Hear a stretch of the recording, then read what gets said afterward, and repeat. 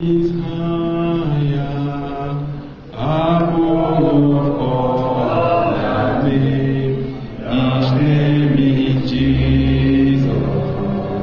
His name is God. The name is higher above all the names. His name is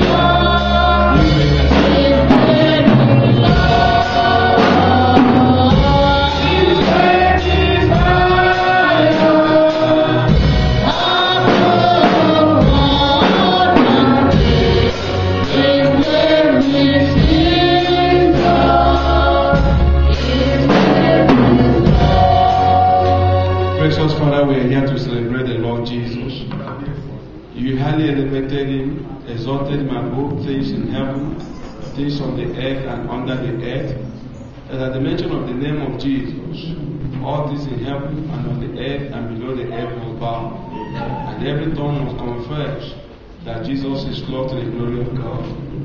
Precious Father, His name is above all names. On that name we hide this morning.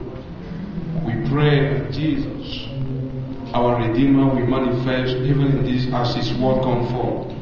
He is the Word of God, the living Word. You are going to speak to us. Let there be revelation of your word, Lord Jesus. Precious Spirit that saved us, speak through my vocal cord. Bring conviction to every doubtful heart. Bring mobility to every prayerful heart. And bring, oh Lord, joy to sorrowful heart. And also I pray, Lord, that we give us the spirit of repentance. In any way we are falling short, that we will have a servant heart like you, heart that is filled with humility. I pray at the end of the day that we will leave this place determined to be humble like you, Jesus. I pray at the end that I will decrease, Jesus will increase, and God in heaven will be given all glory. In Jesus' name we pray. Amen. And God bless you. Amen. Our God is good. And all the time, I want to start by saying that we need people who can drive, amen? Maybe this morning some people have come to church, but they couldn't come because this morning traveled suddenly, and the thing affected me and I even knew it very late. So the thing is, if you have Connect, and you really want to work for the Lord, you can come and meet me after the service. Rachika also is busy working, so it's tough now. The bus can be there, but there will be nobody to drive it. That's the reality. And also, I want you also, if you are using this bus, that if it's on Saturdays, you try to find out from Rosimoni if he's there. That will be your own responsibility. It costs you nothing. Praise the Lord, somebody. Call upon him on Saturday and make sure that he's around. Turn with me to Philippians chapter 2 verse 9. Philippians chapter 2 verse 9. The team says, Jesus has the name above all names. He has the name above all names. Philippians chapter 2 verse 9. Praise the Lord. Hallelujah. Therefore, God also has highly exalted him and giving him the name which is above every name. Amen. Hallelujah. We have been told today that this passage of the Bible is very important for us as believers to change our attitude, the way we live, the way we relate with people, and all things we do. If there be any consolation in Christ Jesus, if there's any life in Christ Jesus, if there's any fellowship of the Spirit, if there's any comfort of love, if there's any bowels of mercy to fill you my joy, let nothing be done through strife of vainglory, but in lowliness of mind, let each esteem other better than himself. Actually, this morning I was having a quiet time, and God brought people to me, and their main problem is the spirit of pride. And pride is the worst spirit on the earth, because this is the spirit that destroys Satan, the devil. In fact, the pride is supposed to be avoided. This is what the Bible recommends. If you go to the book of Proverbs, it says, do not sit in the seat of the scornful. Avoid their seat. Give them a space, very wide place for the scornful, because nothing God hates like pride. There's no way you can tame the pride. The prideful is not tameable. It said the pride decides that the God has to bring changes in him or her. Unfortunately, all of us have spirit of pride. It depends on what level it is, and that is deadly, because it will lead us to hellfire. We must do everything to do away with this wicked spirit and acquire the spirit of humility that is in Christ.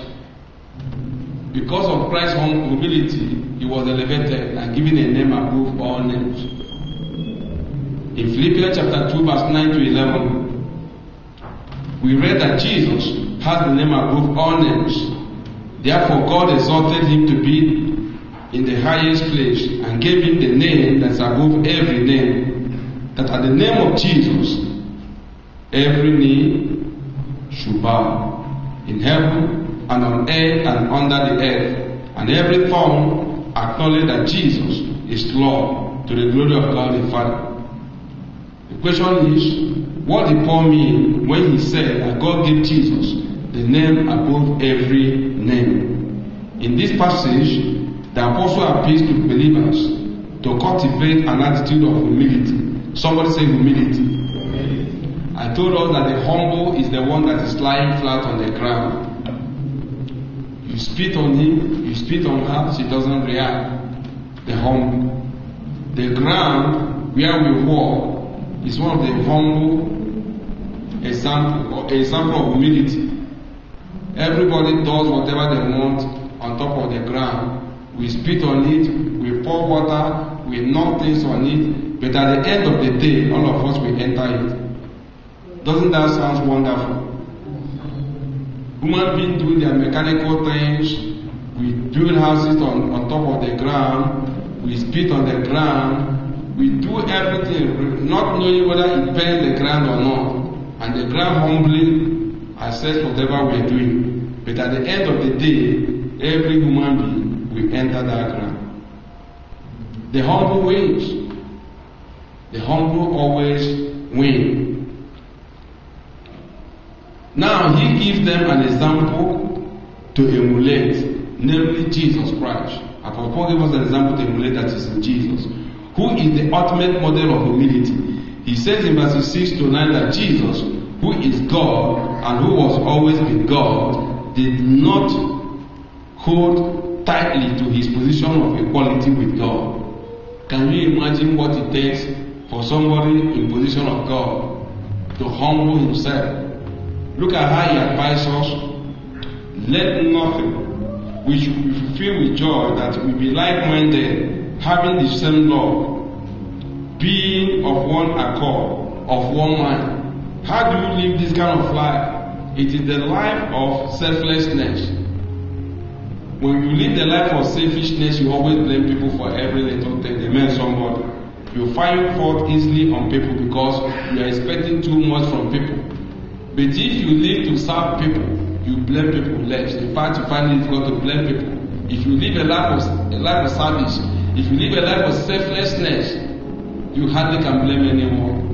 But when we live a life of selfishness and always expecting to be served and not to ourselves to serve others, we always find fault and have reason to blame people. But we are being advised today that Jesus, who was God, completely God, counted it not robbery to be equal to God, but yet he made himself of no reputation. He took upon him the image of the likeness of a man. and was made in that likeness. And being found in fashion of a man, he humbled himself and became obedient unto God. And went to the cross, and died a shameful death. During his time, the worst way to die is to be crucified. We are being counseled that nothing should be done in our life out of vainglory. We should not do things out of strife, but in lowliness of mind, let each esteem each other better than themselves. Had it been Christ was prideful, he would have come to this earth. We are even advised, one of the things that God asks us to do is to avoid the prideful in our lives. Give them a very distant space, to have nothing to do with them. Because pride is one of the sins that God hates most. We should not look every man on our own things. This is exactly what I've been saying. But rather, every man also on the things of others. We come from a culture that thinks about themselves and not about others. And that's why everything is in chaos. Everything is in chaos because we always think about others. We are about our own selves. We don't think about how others feel. It is I. But when we think less about ourselves and think more about other people, the society now becomes a place to enjoy because people will be more conscious not to hurt their fellow human being, not to make them angry, not to find faults on them, to appreciate whatever little help they get from people. Let this mind of Christ be in us. He did not make himself that I am equal to God. Why will I come to die? He left his position of honor, his position of authority, his position of worship, and humbled himself. He did not just come as a man, he came as a servant. Let us shout hallelujah to Jesus. We are being appealed that we should be like the Lord Jesus. He came unto this earth, as I said, and humbled himself and became obedient, even to the point of dying a horrible death on the cross of sinners. As a result of this, Jesus Christ self-emptying and self-humiliation, God elevated him to the highest place of honor. Jesus, who stooped down low, was raised by the Father to his glorious position in heaven. In fact, when we humble ourselves, God will exalt us. But when we exalt ourselves, God will humble us. This is what the Bible says. The name that's above all names is the supreme name. God gave Jesus a name above all names, and that name is the supreme name, which is the Lord. Somebody say Adonai, which is the Lord. Jesus became the Lord. The name acknowledges Jesus Christ's absolutely lordship as divine King of the universe, and it brings with it the right to be worshipped. Jesus did what no person has ever done. It was humbling for the Son of God to become a man. Taking on the character of a servant was even more humbling. He washed the feet of his disciples. Everywhere he goes, he was doing good. They call him all sorts of names. Praise the Lord, somebody.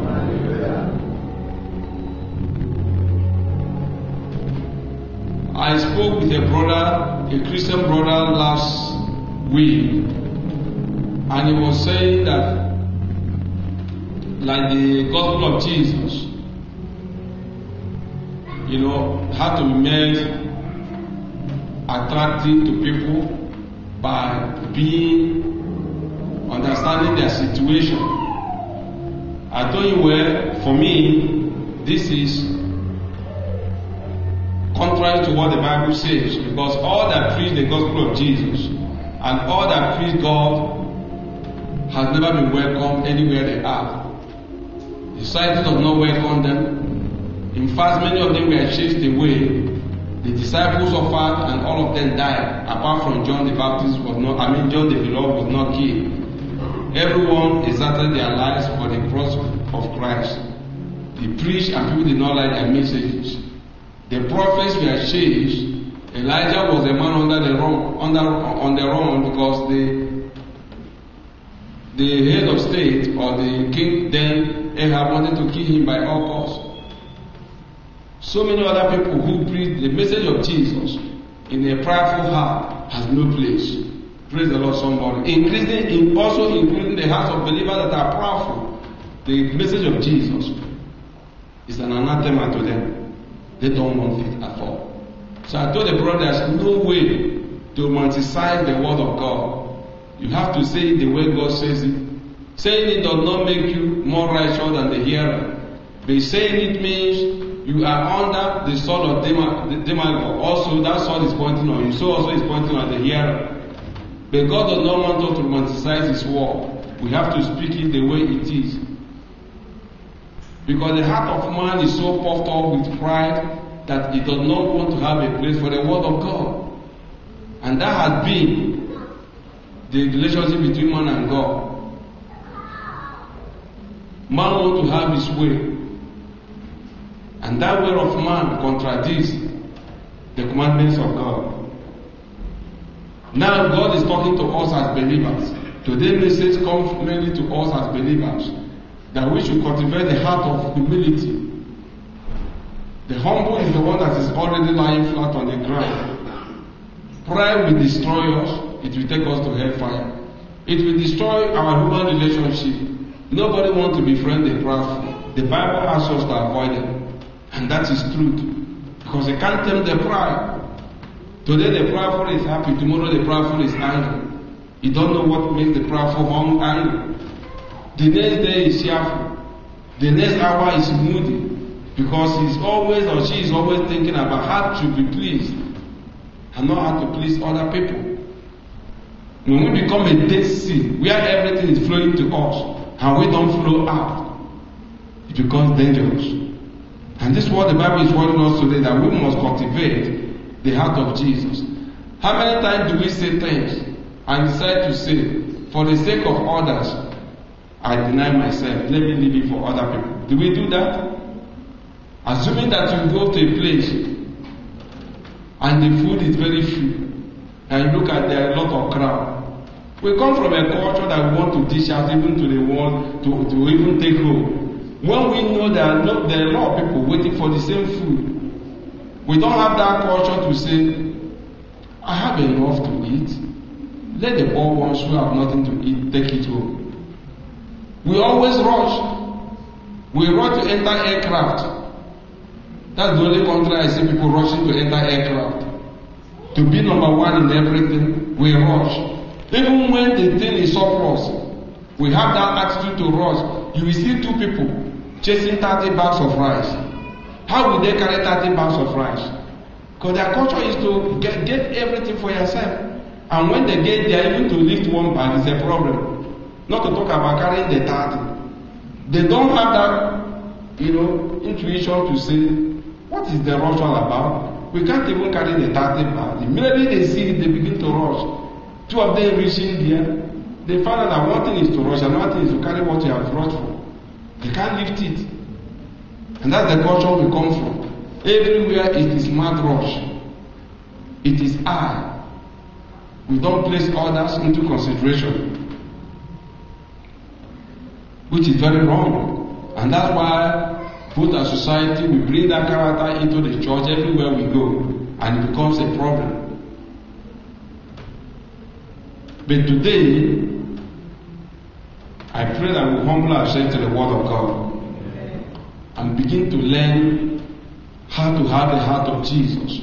It is very easy to say that Jesus came to this world and died for our sin. But when you look deeply on what he called Jesus, they begin to understand the magnitude of his sacrifice. You place yourself in his position. How many of us are humble enough to serve? How many of us are humble enough to serve? Even we come from a culture where we don't appreciate people who serve us. We look down on them.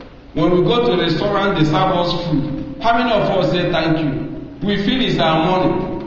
But because of ignorance, economics tell us that money is not the only what money can buy has utility. Supposing that person that is selling beans or whatever is not selling it, with their millions, you will die of hunger. And that's why society that values services will thank you for every service related to them. You can't be a medical doctor and be a cleaner at the same time. Somebody has to clean the toilet. You can't be a lawyer and at the same time sell vegetable in the market. Somebody has to sell vegetable. After you are doing your jurisprudence in the office and in the court, my brother, you can't eat all those things. You need vegetable, you need things to eat.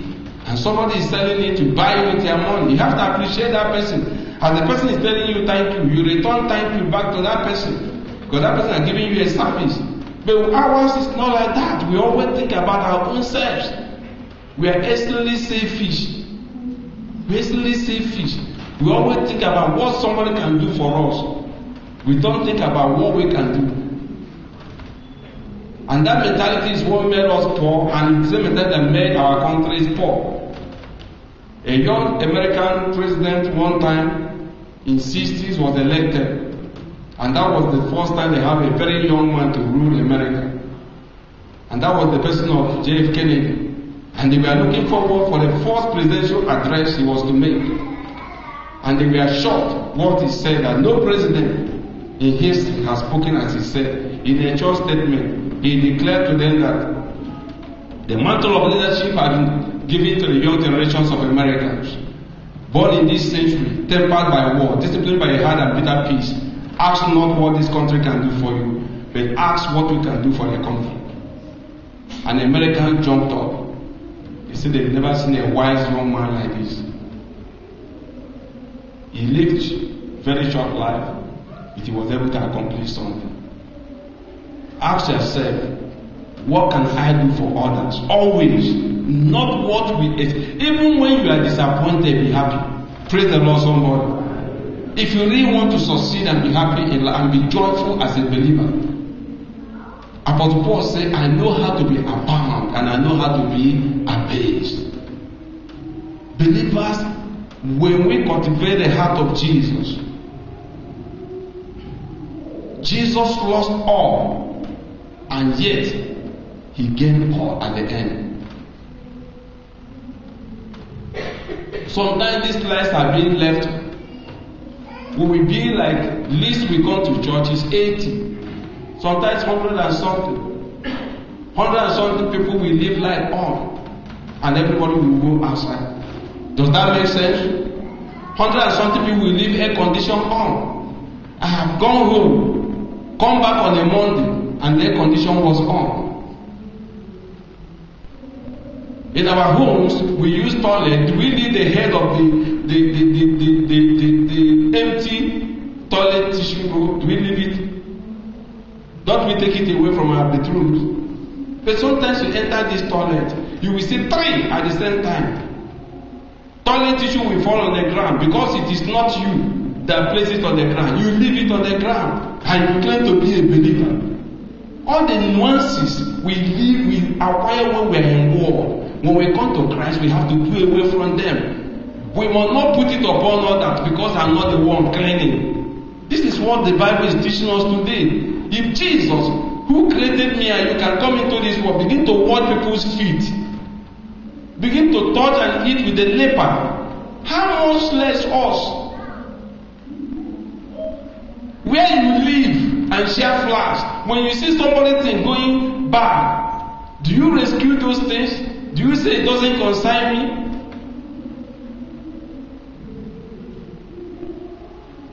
What kind of heart do we have as believers?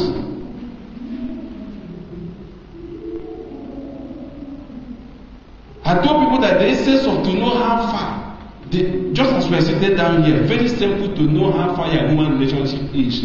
I used to tell us a very simple parameter. There might be other parameters, but a very simple one. Since you have entered Spain, mark all the places you have lived. How do you relate with the people you lived before with? Shows the measure of your socialism, the measure of your friendliness, the measure of your love and your capacity to maintain relationship. Very simple. And that is being borrowed to each and every one of us. It has nothing to do with being in the church. It has to do with your own human nature.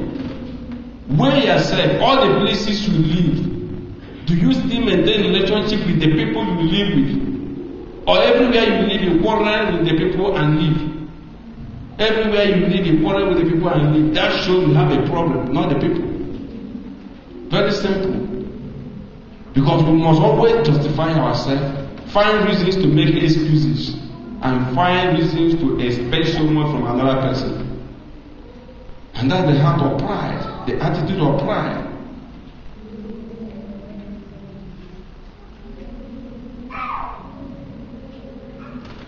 God gave Jesus a name above all names because he made sacrifice. The humble will always be exalted by God, and God loved the humble. God loved Moses because he was the meekest man on the earth, and he decided to talk face to face with Moses. He said, "I have spoken to many prophets, but in dreams. But my servant Moses has been face to face." And the Bible said that Moses was the meekest person on the earth. He was serving the people. So many things are going wrong in the church. Do you have the attitude of serving?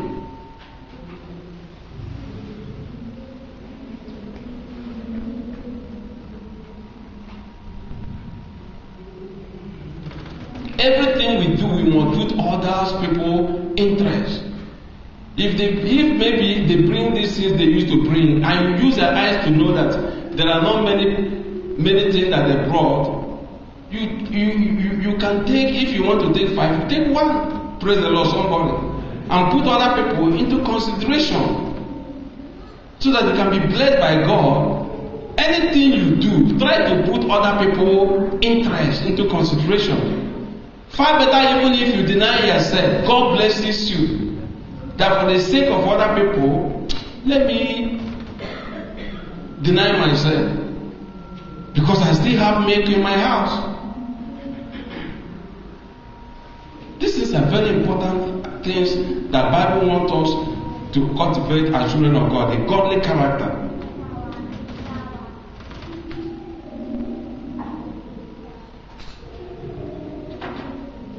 Now I said here that it was humbling for the Son of God to become a man.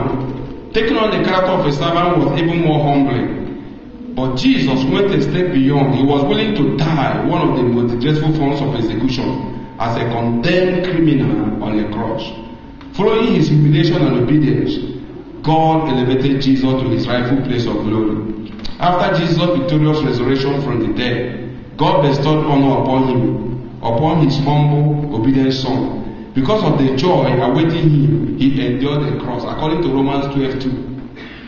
The Bible says in Romans chapter 12 verse 2 that Jesus, because of the joy that was awaiting him, he endured the cross, despising the shame thereof. And right now he's seated.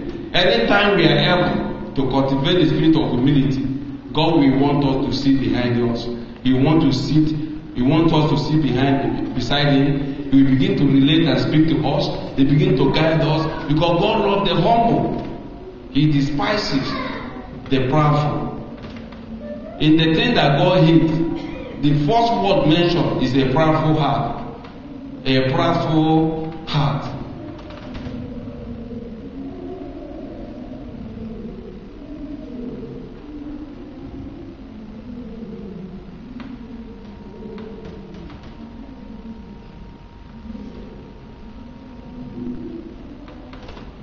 The Bible told us and encouraged us in the book of Romans 12:2 that looking up to Jesus, the author, the finisher of our faith, who for the joy that was sought for him endured the cross, despising the shame thereof.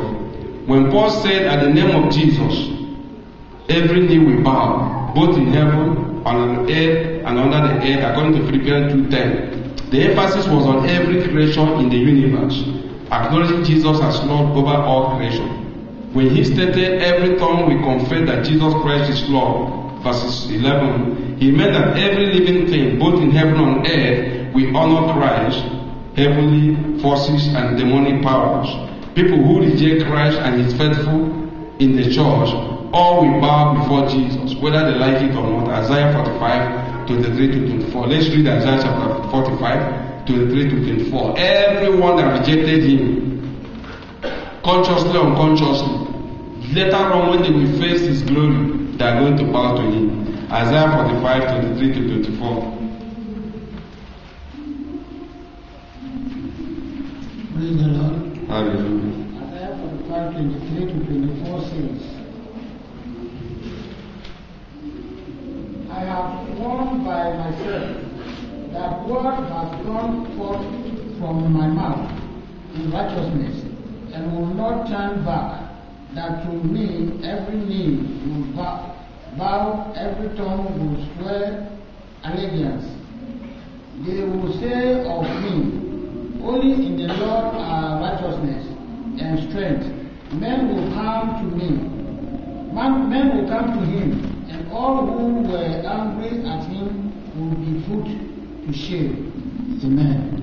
The Bible made it very clear that all principalities, all powers, all thrones, all dominions, names that are named both in this earth and in the world to come, must bow down to Jesus.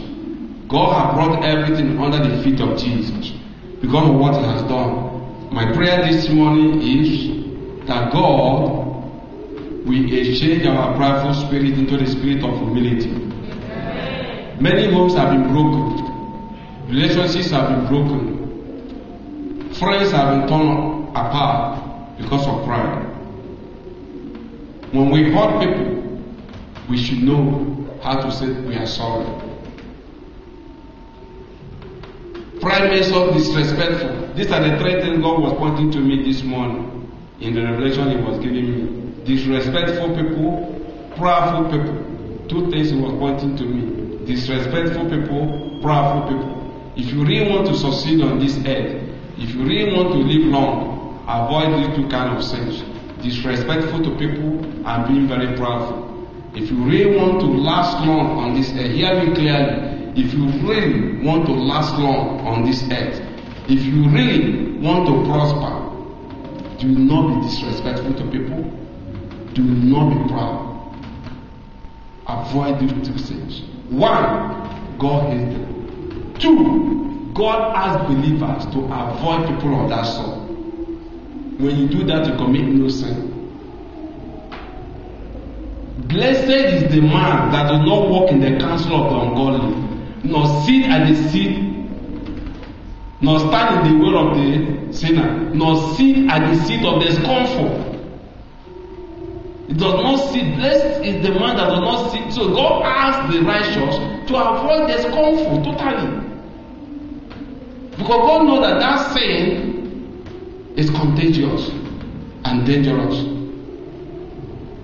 Human being will avoid you. God Himself will avoid you. So two things. There are many things to avoid, but these two things are very deadly and dangerous. If you really want to be successful here on earth, if you really want to be blessed by God, being disrespectful and being scornful, those things God hates. Those things God asks believers to avoid them. Run away.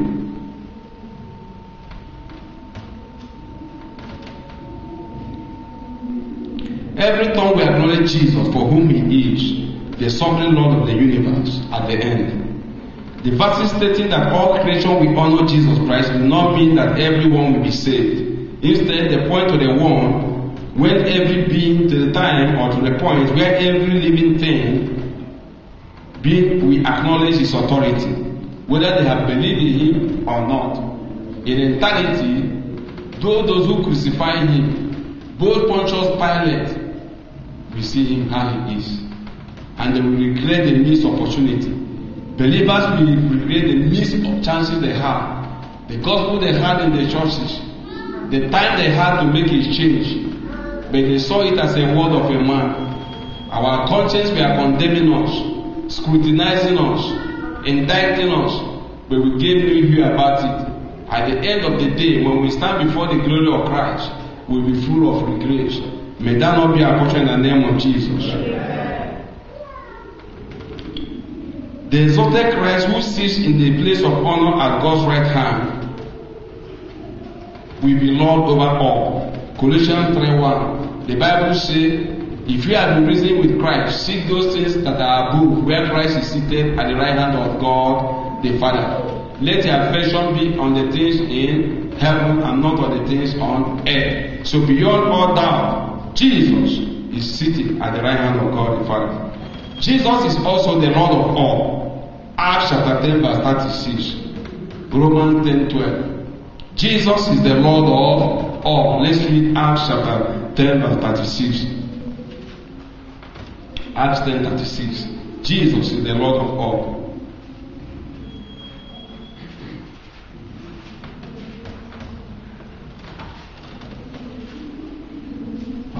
Praise the Lord. Acts chapter 10 verse 36 it says,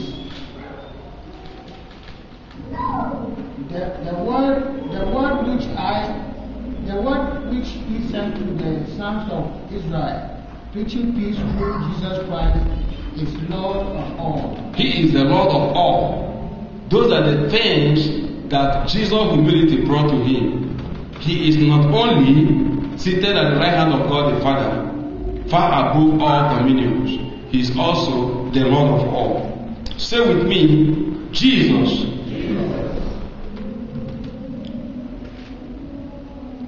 is the Lord of all. Jesus has the supreme name. He is the Lord of lords. He is also the King of kings. Let's jump on our feet and say this. Jesus is the Lord of lords. He is also the King of kings.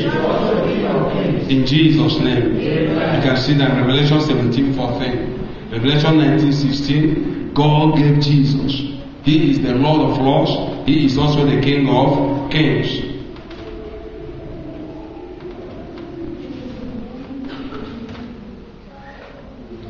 Through Jesus, all things were created, and through whom we live.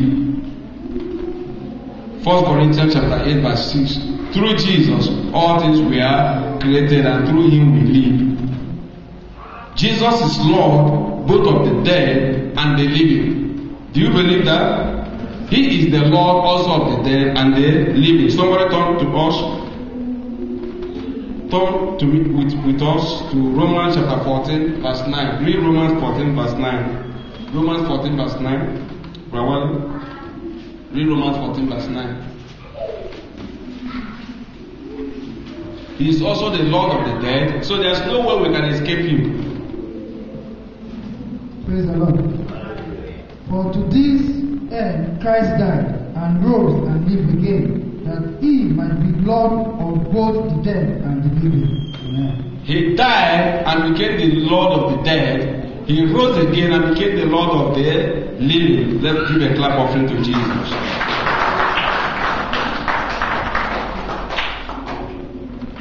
Jesus is the Lord upon whom the church calls. 1 Corinthians chapter 1 verse 2. 1 Corinthians chapter 1 verse 2.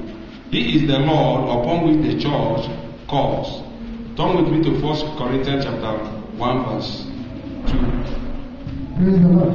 Hallelujah. To the church of God, which is at Corinth, to those who are sanctified in Christ Jesus, called to be saints, with all who in every place call on the name of Jesus Christ our Lord, both theirs and ours. Amen. He is the Lord of the church. He is the Lord of which the church calls. He called us saints, and He is the Lord of the church. He is the pillar on which the church is built. He is the foundation stone of the church, and we are the spiritual blocks. Amen. I pray we build with fear of God. Amen. We build and possess our vessels with honor in the name of Jesus. We will not build with wood, we will not build with stone, we will not build with any perishable material, we will build with gold, silver, and precious stone, according to the book of Thessalonians. Amen. If we are the spiritual blocks, Jesus is the foundation. What blocks are you putting on? And that's why God wants us to live in perfection. We are like blocks, the churches is being built, the apostles built after the foundation that is Jesus. Where they left, other believers began to build. Me and you now are building the same build, the same church. Now, the Bible says we should build with gold, silver, and precious stone. We should not build with wood. We should not build with stubble or heads, perishable material. We should possess our vessels in honor and sanctification. Very important. May God help us in the name of Jesus. He is not only the Lord of the dead and the living, He is the Lord on which the church calls. Jesus is our mediator. Hallelujah. He is our mediator. When a mediator is somebody that stands as a counsel unto you, that will intercede. A mediator comes between you and the one that you have offended. And the Bible mentions that Jesus is our mediator. According to Hebrews 3, 1-6, Hebrews 8, verses 6, Hebrews 9, verses 16, Hebrews 12, verse 24. You can write them down in your house. You are going to read these wonderful things. These things can help you in praying. When you want to give praises to Jesus, these are the names that you are going to call Him: the Lord of Lords, the King of Kings, the foundation stone of the church. You are the one on which we mediate. You are our mediator. You are our intercessor. You are our rock. You are our salvation. You are the author. You are the finisher of our faith. These are from where we get the names that we call the Lord Jesus. He is also our intercessor. Hebrews 7:25. Wherefore He is able to go to the uttermost to everyone that cometh unto Him, seeing that He liveth to make intercession. Wherefore He is able to help even to the uttermost those who come to God, seeing that He liveth to make intercession. The word we wanted there is the intercession. Turn with me to Hebrews 7:25 so we can get it very clear. Hebrews 7:25. Praise God. Therefore, He is also able to save to the uttermost part those who come to God through Him, since He always lives to make intercession for them. He is able to save to the uttermost those who come to God through Him, seeing that He liveth to make intercessions on their behalf. So He is our intercessor. May God be glorified. Jesus is also our reconciler. Can you see that? He is also our reconciler. Ephesians 2:12-17. Romans chapter 5 verse 1. Romans chapter 5 verse 1 says, therefore being justified by faith through God, we have peace with God through Jesus. Turn with me to Romans 5:1. Let's get it very clear. Therefore being justified by faith, we have peace through God. We have peace through God.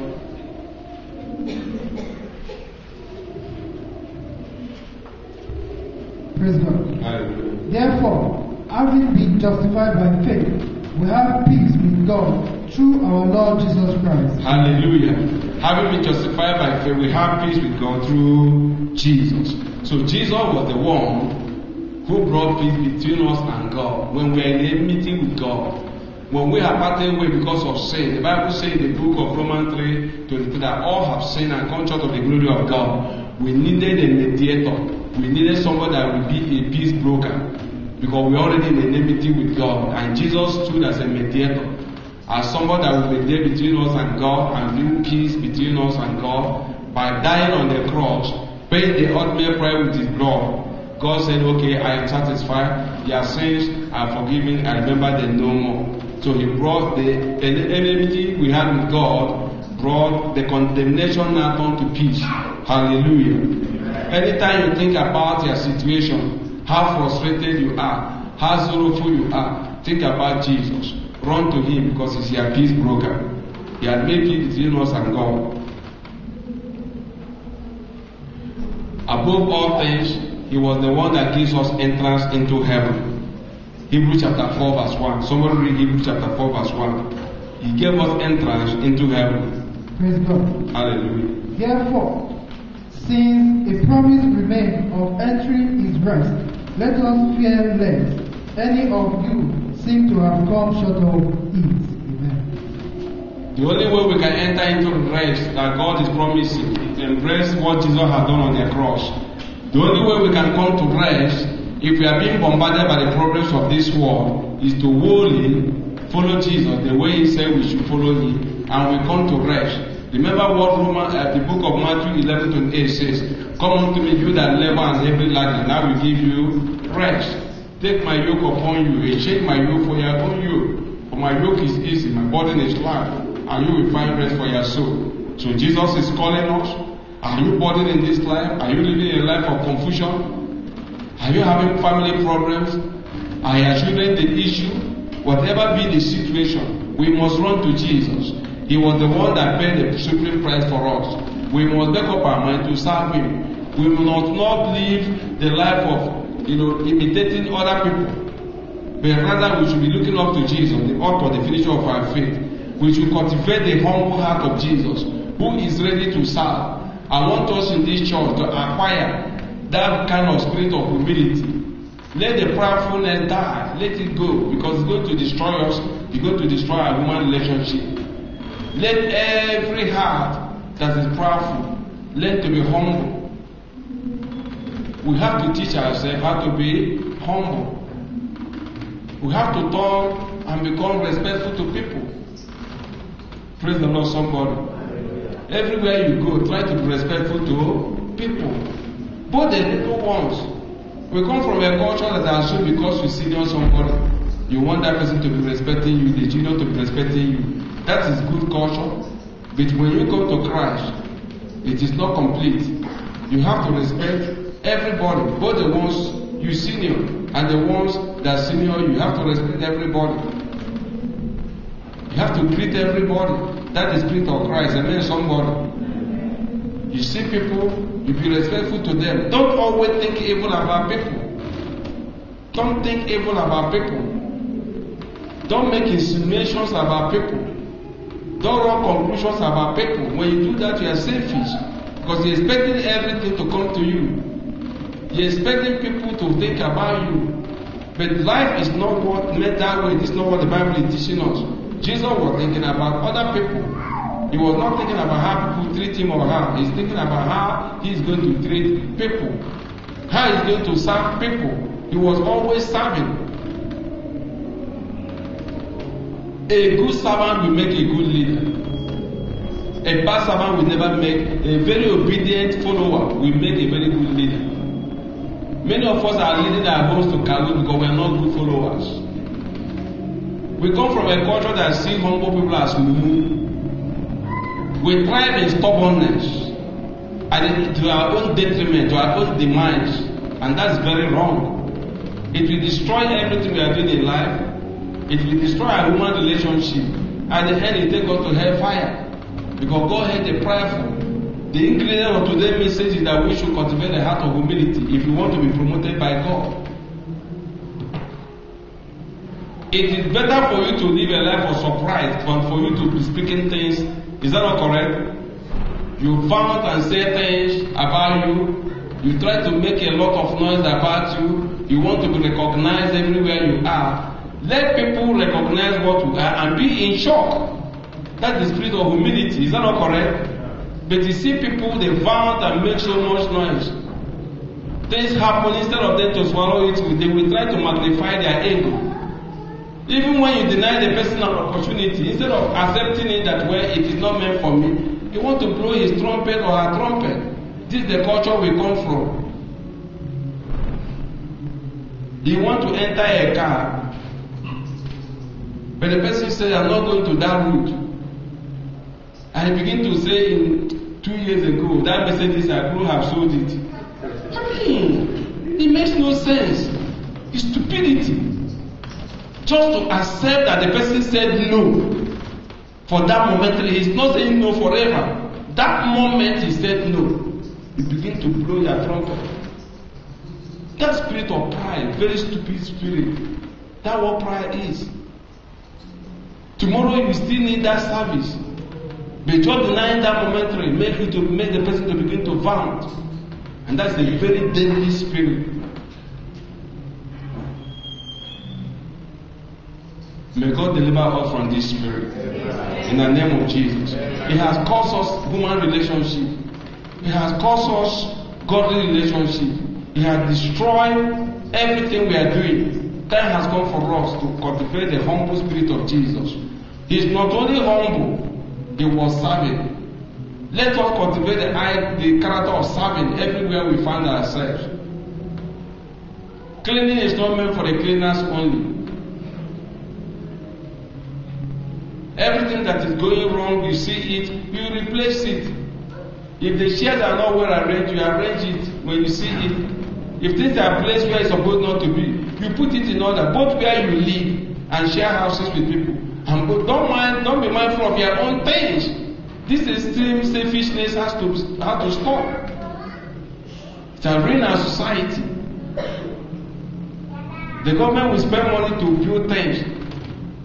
People will go and cut the bridges and use the aluminium for something else. After they have added utility to that aluminium, this thing is worthless when it is ordinary scrap. It is now, it is beautified. And you can see the aesthetic value of this thing. But when you remove this thing and melt it because you want to resell it and make money, you have destroyed this beauty and the quality of the thing, the utility added. Motor is nothing itself. It looks beautiful. But go and see it in the crushing machine. It's worthless. But after they fashion it and put utility, and add utility to it, you begin to love it. Is that not correct? Then when you see something like that and destroy it and say it is better for you to take the fender and go and sell it as scrap, you are destroying and not building. And this is what we do. In everything we do, we don't think about, even in the church of God, we live so careless. Sometimes the light will be on when everybody has gone. Both the children's session, both here, I will see it off. You come down here, the light is still on, fluorescent light. They bring bills to us, 300 and something euro. Monthly bills for electricity. You see, it is not good for us. I have to talk to us as a family. We live in illusion. There is no miracle, financial miracle in the church. Where do we want to get it from? When we give offering, we give nickels, coins, and yet we run bills, 300 and something euro, fuel the motor, do so many things, and yet when we are going, somebody that is living, no common conscience to say, let me off this light, it's consuming. We leave everything on, leave air condition on. We don't care. Tomorrow if we go here, around this street, you know how many churches that have closed because of financial reasons.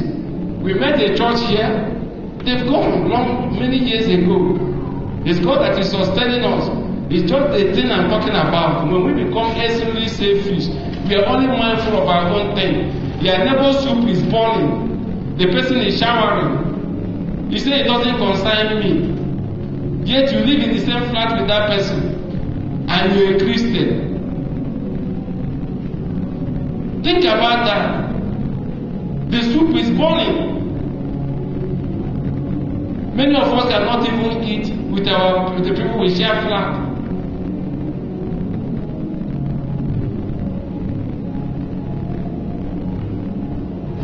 These things have to stop. Amen, somebody. Christianity is practical. It's not a religion. It's a way of life.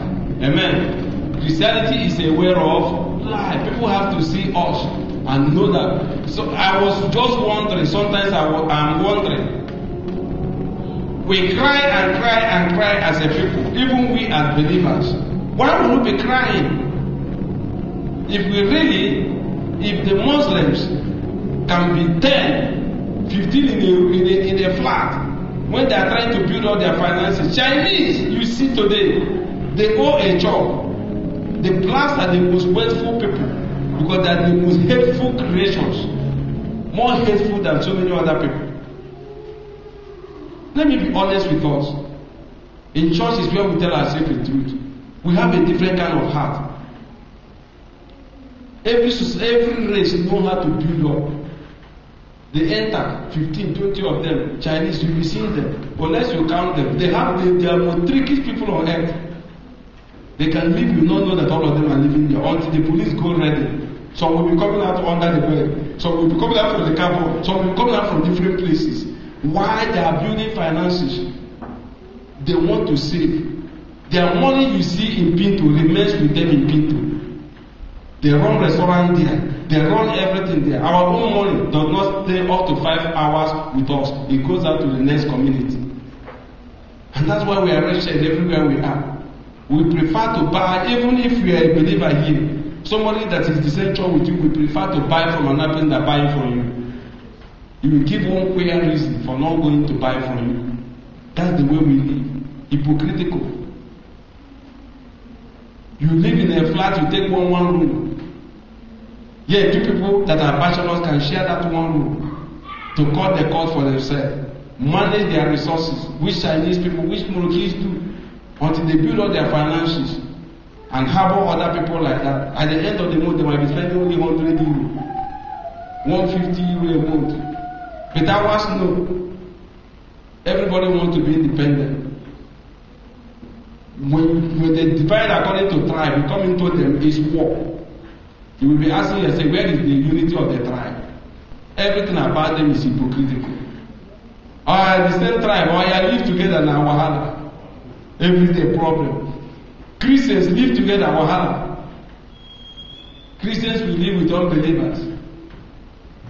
Yet, they can rent their own house, stay there, even 7 of them, nobody will know, build up their finances, instead of wasting it in paying accommodation.